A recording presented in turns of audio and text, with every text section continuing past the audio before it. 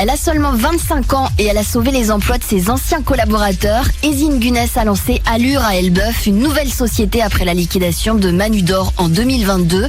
Entreprise adaptée, spécialisée dans l'emballage cosmétique. Les affaires ont pu reprendre, les postes aussi ont été conservés et il compte pour des opérateurs en situation de handicap.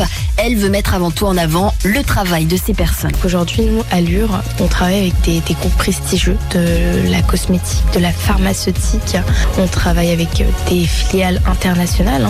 Et aujourd'hui, j'explique à mes partenaires que les pièces que nous traitons, ce sont des pièces à haute valeur ajoutée. Et donc ces pièces-là, elles sont réalisées par des personnes en situation de handicap. Et je défends le savoir-faire. C'est vraiment des opérations réalisées minutieusement. Pour vous dire, même moi, je suis en situation ordinaire, je n'ai pas d'handicap, mais je rencontre des difficultés à faire ce que eux font. Donc c'est vraiment le savoir-faire de toute une vie en fait. Je me rends compte que durant tout mon cursus, jamais on n'a parlé de ce type d'établissement. Les établissements médico-sociaux, les entreprises adaptées. Et donc je découvre et je me dis mais il y a un potentiel fou et c'est dommage que ces personnes ne soient pas mises en valeur. C'est vrai que ces derniers temps, depuis quelques années, je vois une évolution mais qui à mon sens est encore lente. Mais il faut savoir qu'un handicap, on n'est jamais à l'abri d'un accident. Les aléas dans la vie, ça arrive à tout moment. C'est aussi avec les échanges que j'ai eus avec les différents opérateurs que voilà, ça m'a motivée.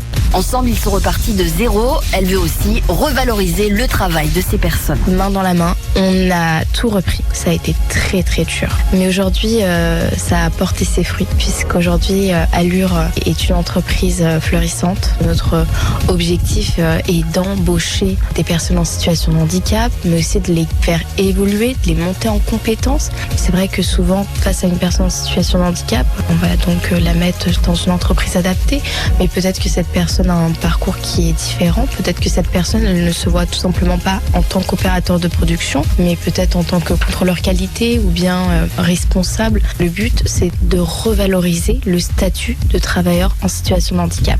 L'entreprise bosse avec des grands groupes de la cosmétique et de la pharmaceutique et même au niveau international.